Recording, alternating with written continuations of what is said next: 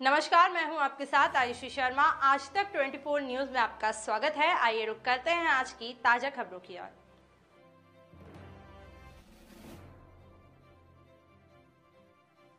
Gandhi hall में शुरू हुआ ज्योतिष महासम्मेलन। वीओ इक्वल्स इंदौर में 2 दिवसीय ज्योतिष महासम्मेलन की शुरुआत हुई। इंदौर शहर के जाने माने गुरु पंडित पाटनवाला जी की याद में सम्मेलन रखा गया। ये सम्मेलन हर साल पाटनवाल गुरु जी की याद में किया जाता है, जिसमें पूरे देश से बड़े बड़े ज्योतिष और वास्तु के विद्वान इस सम्मेलन में पधारते हैं। कोई हाथ देखकर, कोई चेहरा देखकर, तो कोई लिखावट देखकर, तो कोई आवाज देखकर भविष्य बताते हैं। इस सम्मेलन में हमारी बड़े बड़े विद्वानों से बात हुए, जिन्होंने अपनी विद्वान होने का सबूत दिया। भविष्यवाणी और वास्तु सदियों से चली आ रही है। आज तक 24 न्यूज टीम ने खासकर इस बात पर जोर दिया, जो आजकल धंधा खोल कर बैठे हैं, जो परेशानों को छोटा भविष्य देखा कर परेशान कर देते हैं। हमने भी कुछ चुनिंदा विद्वानों से बात की। आइए चलते हैं इंदौर के गांधी हॉल में क्या कुछ कह विद्वानों ने, सुनिए उनकी जुबानी। इंदौर से आज तक 24 न्यूज की विशेष reporter city reporter Zahid Khan.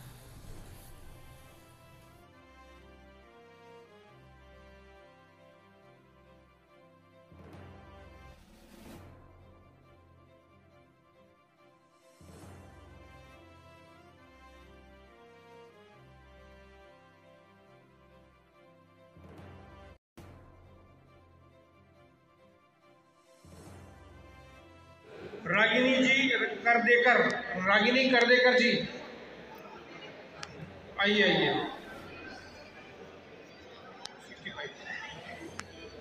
Ragini जी ये बहुत अच्छी ज्योतिषाचार्य हैं, वास्तु में अच्छा दखल रखती है। जी गोयल, महामंडलेश्वर निर्मला जी सोनी, आप सभी को आपको सम्मानित कर रहे हैं। मितेश जी मालवी साहब आपको सम्मानित कर रहे हैं, आपका बहुत मान सम्मान है। वंदन अभिनंदन। आकांक्षा दुबे जी, आकांक्षा जी दुबे यदि उपस्थित हो तो स्टेज पर आने की कृपा करें।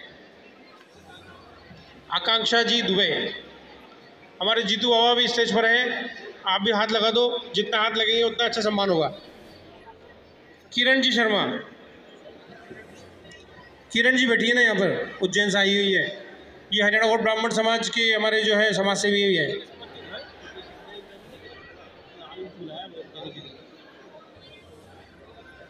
ये किरण जी शर्मा। इंदौर शहर में ज्योतिष और वास्तु महासम्मेलन हुआ।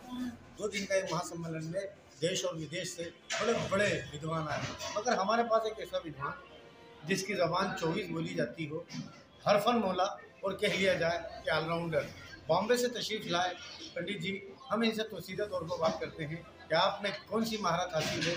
वहीं इस देश में परेशान लोग बहुत घूमते हैं, आपकी वाणी से कितने लोगों को अच्छा फ़ायदा होगा। और आज भी इंदौर आए तो इंदौर में आप यह क्या पैगाम देंगे और आपकी कौन कौन सी कला है? पंडित जी आपका बहुत बहुत स्वागत है। धन्यवाद। मैं विनोद शास्त्री मुंबई से। मैंने बचपन से, मैं 9 साल की उम्र से कथा कर रहा हूँ, और 9 साल की उम्र से कथा करते करते करते मैंने ये जाना है कि दुनिया में कितनी भाषाएं हैं अपने भारत में। तो जब भारत की मैंने देखी कि उस टाइम पे 24 भाषाएं थी, तो मैंने बोला कि इन भाषाओं को ज्ञान किया जाए, क्योंकि जिस स्टेट में जाएंगे तो उसी स्टेट के हिसाब से अपन उस भाषा का प्रयोग करेंगे तो लोगों को और ज़्यादा आनंद आएगा।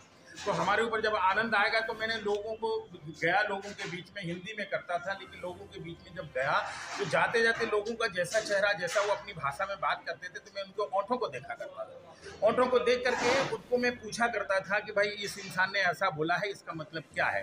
तो वो पूछते पूछते पूछते पूछते मेरे दिमाग में एक संदूक भर गया, और दिमाग में भरने के बाद फिर धीरे धीरे धीरे मैंने भी प्रैक्टिस की। जब मैंने प्रैक्टिस की तो आज मैंने देखा कि मेरे को मराठी आ गई है। और गुजरात में गया तो मैंने क्या किया, हिंदी को उल्टा कर दिया। जो हिंदी सीधा बोलते हैं तो वो हिंदी को मैंने उल्टा करके थोड़ी मराठी उसमें मिक्स करके देखा तो गुजराती बन गई। गुजराती बनने के बाद जब मैं आंध्र प्रदेश की साइड में गया और आंध्रा में मैंने कथा की, तो वहाँ मैंने देखा कि यहाँ तो 60% संस्कृत है और 40% लोकल लैंग्वेज है। तो संस्कृत को मैंने मिक्स किया और मराठी को उल्टा कर दिया, तो वो तेलुगु बन गई।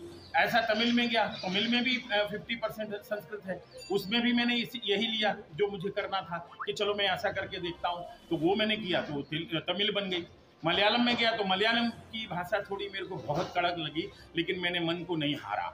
मैं बोला नहीं, मैं तो सीख के रहूँगा, ऊपर वाला सिखाए या नहीं सिखाए जो भी है, मैं सीख के रहूँगा। पंडित जी, आप ऐसी माया नगरी से आए हैं, आप इतने बड़े कलाकार हैं, आपको इतना बड़ा कुदरत ने साकार दिया, आपके पास फिल्म इंडस्ट्री में आपका पेट होगी, आपसे कोई फिल्म इंडस्ट्री के लोग आपसे संपर्क करा और किसका भविष्य होता है?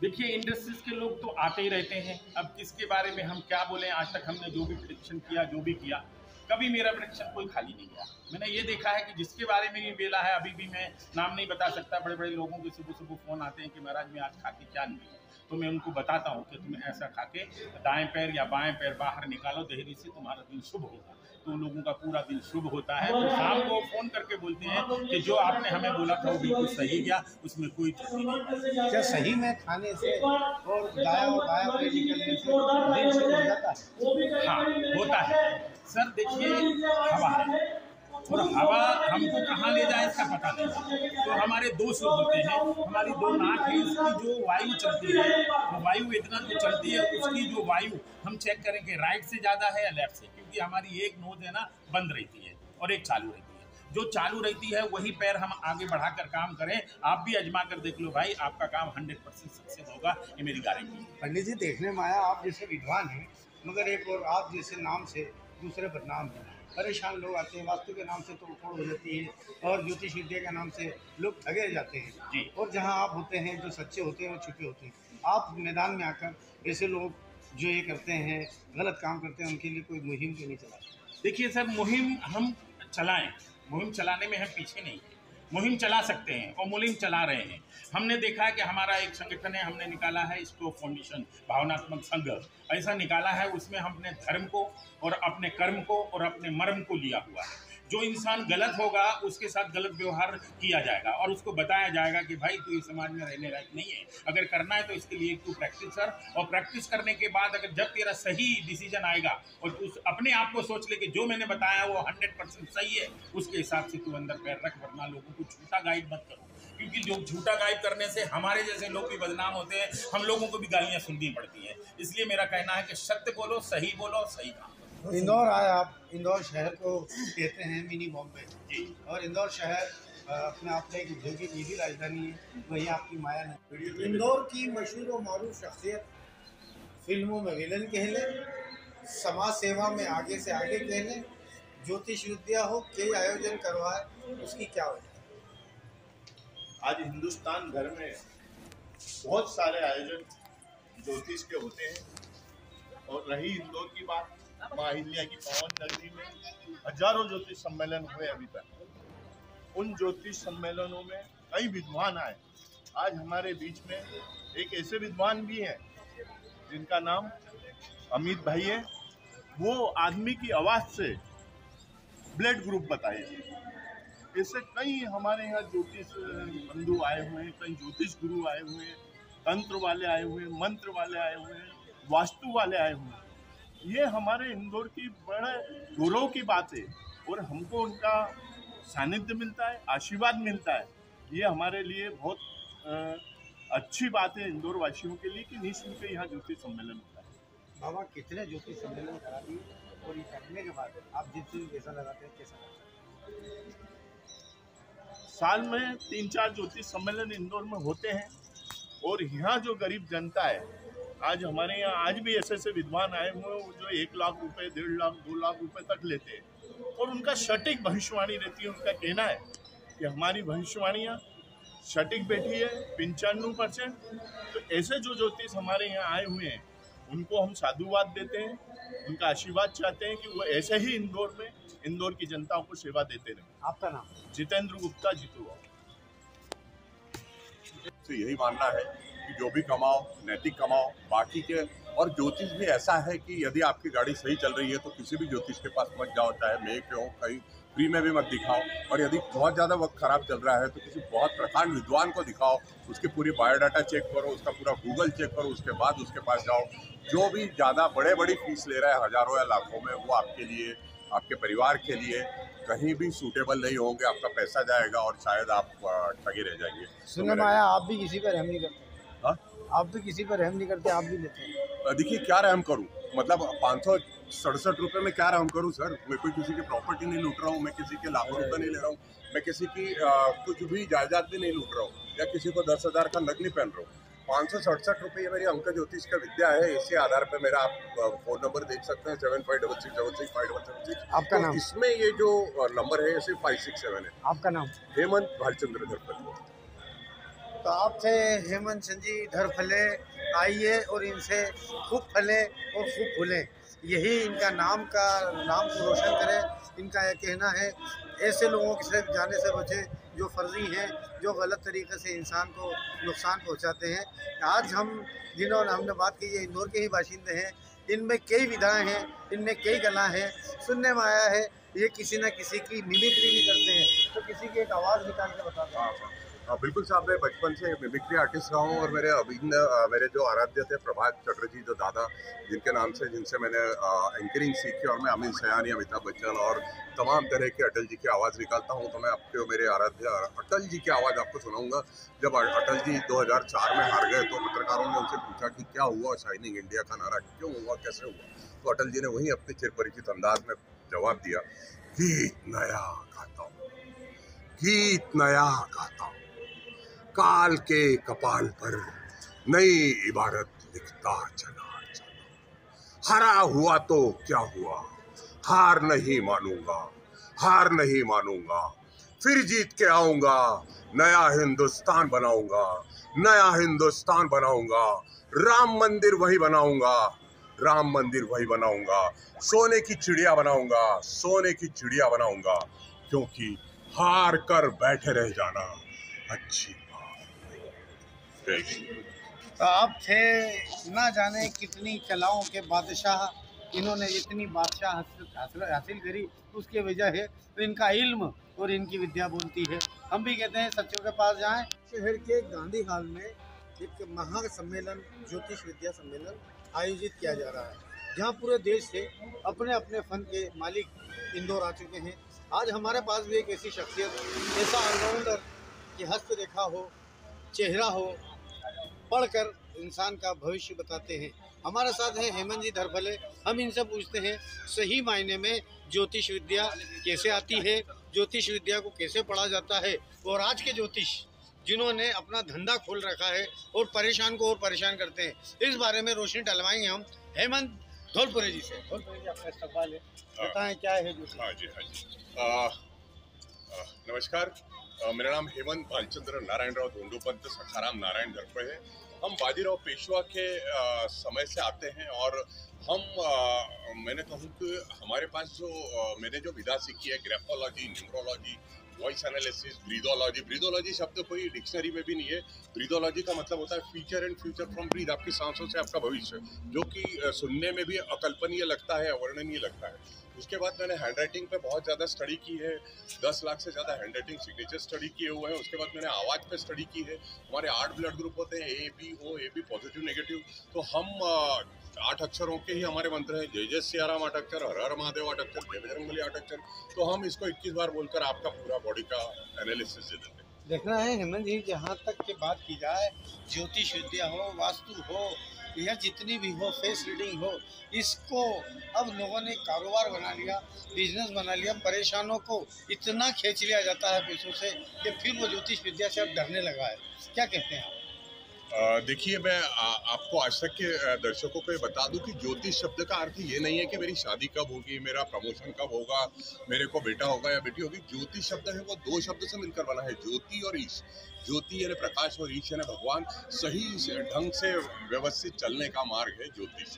हर व्यक्ति अपनी गति से चलता है, जैसे स्कूटर वाला स्कूटर की गति से चलेगा, साइकिल वाला साइकिल की गति से चलेगा, कार की स्पीड से, और हवाई जहाज की गति से। तो इसमें सबसे महत्वपूर्ण जो होता है वो है बैलेंस, और जिस व्यक्ति का बैलेंस सही होगा वह व्यक्ति अपने क्षेत्र में तमाम तरक्की करेगा। और जैसे कि आपने बताया कि आज इसको धंधा बनाया जा रहा है, और मैं आपको बता दूं कि ज्योतिष जो विधा है वो ज्योतिष और डॉक्टर, ये भगवान या अल्लाह ताला या खुदा के विधि विधान में सीधे सीधे हस्तक्षेप होता है। तो जब भी आप किसी की परेशानी को दूर करते हैं तो वो आपके लिए मतलब एक मुसीबत का कारण बनती है। और आजकल कई ज्योतिष, जैसे आपने बिल्कुल ठीक कहा है कि ना, आज जैसे मान लीजिए किसी की बेटी की शादी होने वाली है और पत्रिका से पता लग रहा है कि वह शादी चल रही है, तो वो व्यक्ति बोलता है मैं फ्री में पत्रिका देखूंगा और 1 लाख रुपए के नग पहना देता हूँ। तो वहाँ से 30,000 ले लेता है और लगता है अरे वाह 1 लाख में मेरी बेटी की शादी हो गई।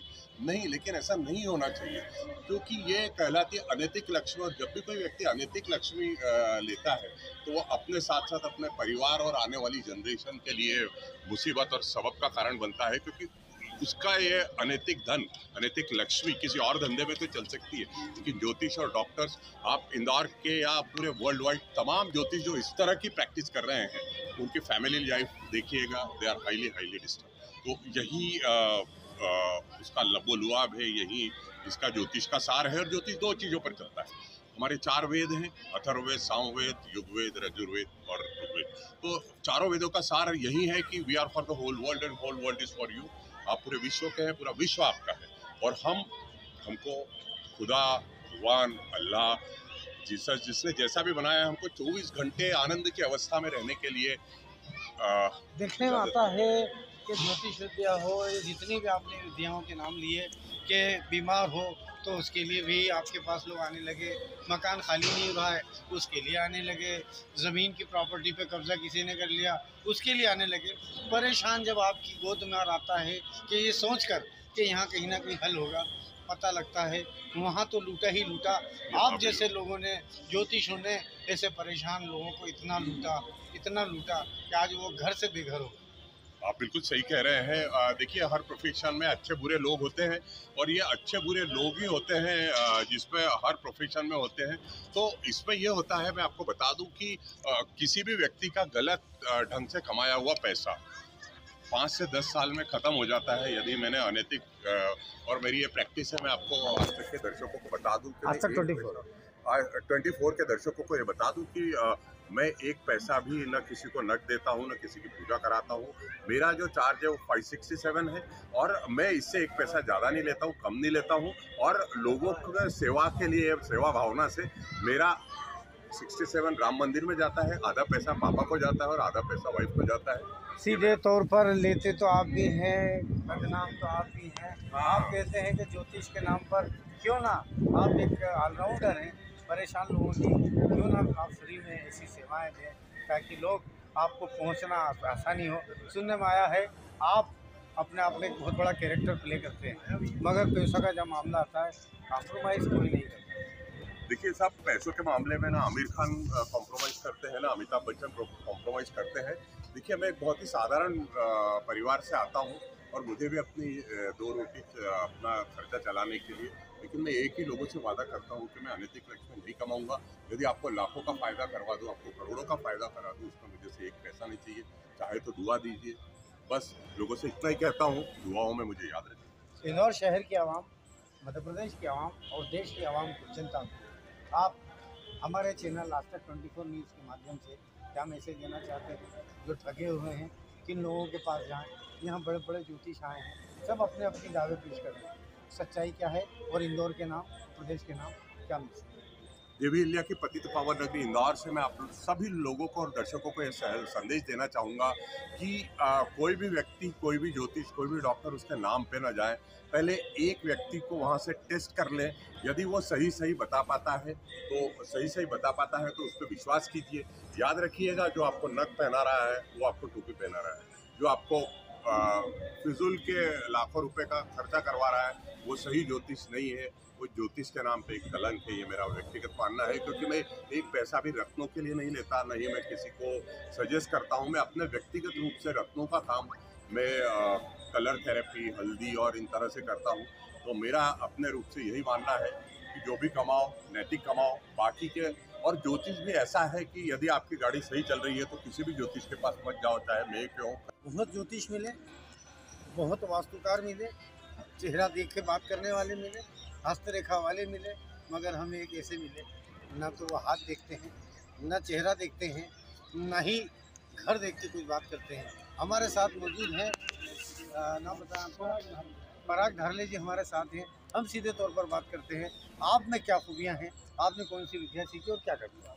मैं त्र्यंबकेश्वर महाराष्ट्र नासिक से, श्री क्षेत्र त्र्यंबकेश्वर से पंडित पराग धारले। वहाँ पर हम पुश्तैनी तीर्थ पुरोहित है, वहाँ पर होने वाले सभी पूजा पाठ, ये जो ज्योतिष लोग बताते हैं कि काल सर्प पूजा करो, पितृदोष पूजा करो, ये सब पूजा पाठ करने का वहाँ त्र्यंबकेश्वर में महत्व है। प्रभु रामचंद्र जी जब वनवास में थे तब उन्होंने उनके पिता का यानी दशरथ राजा का श्राद्ध पिंडदान वहाँ पर करवाया है। उसके बाद में महाभारत काल में पांडवों के राजा पांडवों ने भी यहाँ पर श्राद्ध पिंडदान करवाया है। तो अहिल्या जी का जो उद्धार प्रभु रामचंद्र जी ने वहाँ पर किया है तो वो वहाँ त्र्यंबकेश्वर में किया है, इसलिए उस स्थान का विशेष महत्व है। और उस स्थान का महत्व होने के कारण जगत में एकमात्र ज्योतिर्लिंग ऐसा है जहाँ पर ब्रह्मा विष्णु महेश ये तीनों देवता एक साथ में है, तो इसलिए उस स्थान को आद्य महामृत्युंजय कहा जाता है। तो इसलिए उस स्थान को विशेष महत्व है। और त्र्यंबकम जजामहि ये जो मंत्र है ये उसी स्थान का है, क्रिएटर ऑपरेटर और डिस्ट्रॉयर। ब्रह्मा विष्णु महेश, उत्पत्ति स्थिति लय, बाल्यावस्था युवावस्था वार्धक्यावस्था। पंडित जी, सुनने में आया आपके पास पूर्व मुख्यमंत्री शिवराज सिंह चौहान साहब भी आते थे, कितने वर्ष का आपको ये अनुभव है और ये ज्योतिष विद्या और ये वास्तु है, इसको लेकर आपका क्या कहना है? और शिवराज सिंह चौहान जी आते थे तो आपसे क्या होते थे? शिवराज सिंह चौहान जी एक तो परम शिव भक्त है, वो बहुत साल से त्र्यंबकेश्वर में हर 2 जनवरी को त्र्यंबकेश्वर में पूजा पाठ अभिषेक भगवान का महामृत्युंजय का अभिषेक करवाते हैं।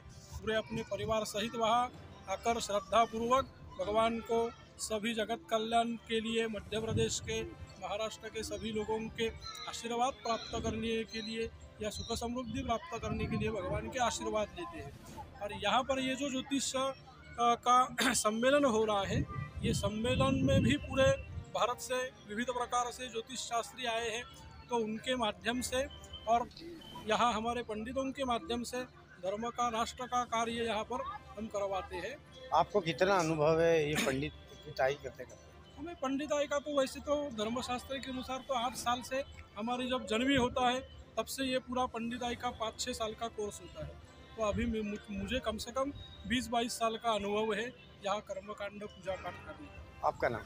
मेरा नाम पराग प्रभाकर दार्ले, त्र्यंबकेश्वर से, नासिक, महाराष्ट्र। ये हो गया। आप आ गए साथ में उसी। इंदौर शहर की एक ऐसी शख्सियत के चेहरा पढ़कर बताते हैं कि तुम्हारा मुस्तकबिल और भविष्य क्या है। एक ऐसी शख्सियत हस्तरेखा दिखाकर बताते हैं कि तेरा भविष्य क्या है। ऐसे बहुत कम लोग होते हैं जिनके मुंह से भगवान बोला करता है, जिनकी ज़बान से भगवान बोला करता है। आज हमारे साथ एक ऐसी शख्सियत मौजूद है जो रहते इंदौर में है, डंके देश और विदेशों में भी बचते हैं। हमारे साथ व्यास जी हैं। व्यास जी, आपका बहुत बहुत स्वागत है। आपकी क्या खूबियाँ हैं और आने वाले वक्त में और क्या नया करेंगे? देखिए, पिछले 15 वर्षों से इंद्रपुरी कॉलोनी इंदौर से मैं ज्योतिष का काम कर रहा हूँ, और इसमें जो मेरा मुख्य है वो है चेहरा पढ़कर लोगों के भविष्य को बताना, भविष्य के बताने के साथ उनकी समस्याओं का समाधान। आज जो इंसान चाहता है समस्याओं का समाधान चाहता है, क्योंकि भविष्य तो आपको कोई भी बता देगा, आप किसी से भी पूछेंगे, लेकिन उसकी समस्याओं का समाधान हम वो करते हैं। हस्तरेखा भी मैं करके उन लोगों की समस्याओं का समाधान करता हूँ। और आज मेरे कम से कम 13 देशों के अंदर क्लाइंट्स हैं जो मेरे से जुड़े हुए हैं, जिनका मैं ऑनलाइन हम लोग देखकर और उनका प्रेडिक्शन करते हैं, उनको सॉल्यूशन देते हैं। पंडित जी, आपने ये विद्या कहाँ से सीखी? देखने में आता है इस विद्या के नाम से लोग गरीब परेशान मजबूर लोग आते हैं और यही ज्योतिष विद्या के नाम से लोग उन लोगों को लूटते हैं और वास्तु के नाम से घर में तोड़फोड़ कराते हैं। आपका क्या कहना है? देखिए, मैंने जो भी सीखा है मेरे स्वर्गीय पिताजी श्री रविंद्र कुमार जी व्यास और मेरी माताजी श्रीमती प्रमिला व्यास से सीखा है। वो दोनों अपने समय के बहुत बड़े ज्योतिष हैं। मेरे पिताजी ज्योतिष थे, मेरी मदर भी ज्योतिष है। आज उन्हीं की सीख मुझे ये है कि इसको कभी डर का व्यापार मत बनाओ, एक ही विद्या है और ये तभी बढ़ेगी जब आप जितने ज़्यादा लोगों का भला कर पाओगे और उनको एक अच्छा मार्गदर्शन दे पाओगे।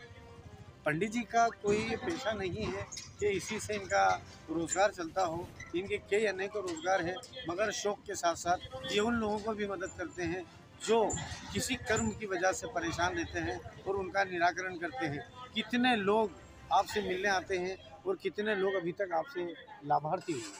देखिए, आज तक भैया मैंने गिना तो नहीं है, सब ऊपर वाले की कृपा है। मैं तो कौन होता हूँ करने वाला, एक बहुत छोटा सा इंसान हूँ बस जैसा ऊपर वाला करा देता हम वैसा करते हैं। आज मुझे 15 वर्ष हो गए हैं और मैंने जैसा आपको पता है कि 12 से 13 देश के लोग मेरे से जुड़े हुए हैं।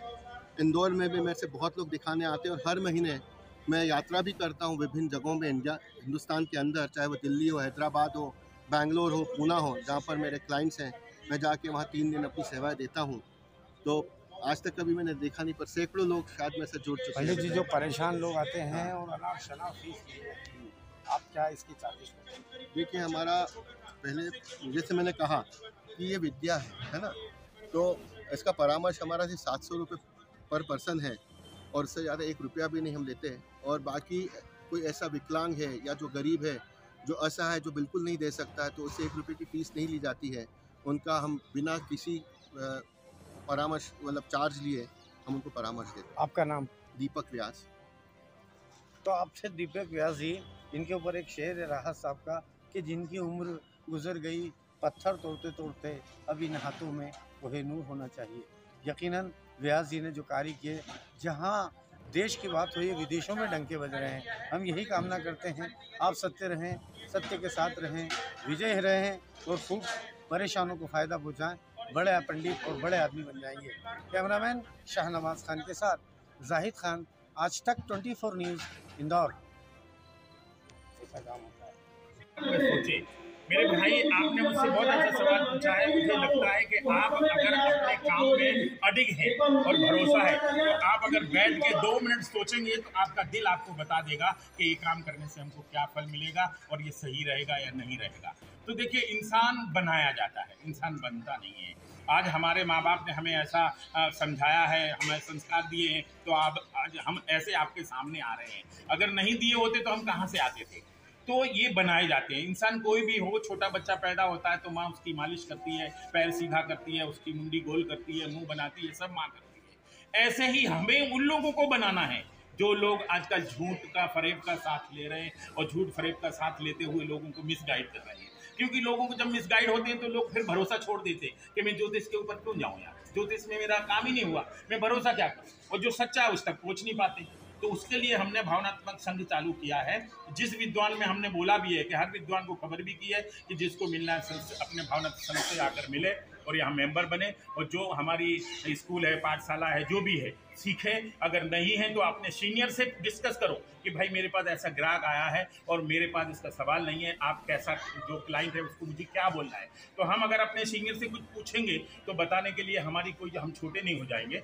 ऐसा ही मैं सबसे कहना चाहता हूँ कि मेरे भाइयों, जितने भी ज्योतिष से जुड़े हुए हैं, धर्म से जुड़े हुए हैं, सब अगर अपने भाई को मालूम नहीं है कि बेटा कि मुझे इसके बारे में क्या करना है, तो अपने सीनियर, अपने गुरु, अपने बड़े भाई, अपने पिता को कांटेक्ट करें, उनसे बात पूछे और पूछने के बाद अपने सामने जो आपका भाई आया है, क्लाइंट आया, उसको जवाब दे।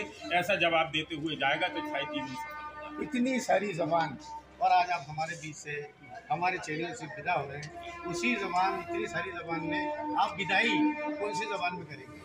जबान में आप जो बोलते हैं उसमें हिंदी है, मराठी है, गुजराती है, सिंधी है, पंजाबी है, जे 4-5 ज़बानों में आप विदाई देते हैं। हे बघा, तुमचे चॅनलमध्ये मी आलो आहे आणि तुमच्या चॅनलला मी इंटरव्ह्यू दिलेला बहुत तुमच्याबद्दल मी आभारी आहे। मी आजपासून इथून जातोय मुंबईला जाऊन पण तुमचे गुणगायन के बाबा हे लोग आले होते। हम यहाँ आए, मुंबईवरून इंदोरला आले, है ना। અહીંયા येऊन મને એવું લાગ્યો છે કે ભાઈ તમે લોગ આયા और મારા ઇન્ટરવ્યુ લીધા છે, એટલે मैं તમારે લોકોનો બહુ બહુ ધન્યવાદ આપું છું और કહું છું કે ભાઈ अंग्रेजी एक अंग्रेजी I came to Indore to Mumbai. That's why I call you, you come and get the interview from my channel. So I am very needful, thankful for you. You are coming here taking my interview. What is your name? My name is Mr. Vinod Sharma. Vinod Shastri, सुनो। आप थे Vinod Shastri ji from Bombay.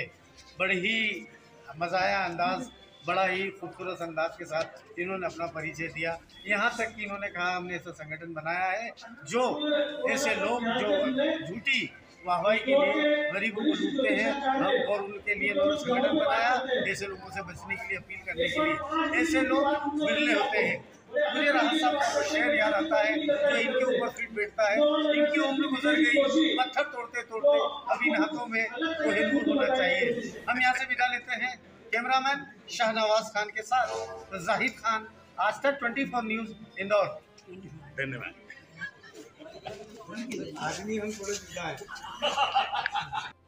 फिलहाल के लिए इतना ही। Channel को like share subscribe जरूर करें। धन्यवाद।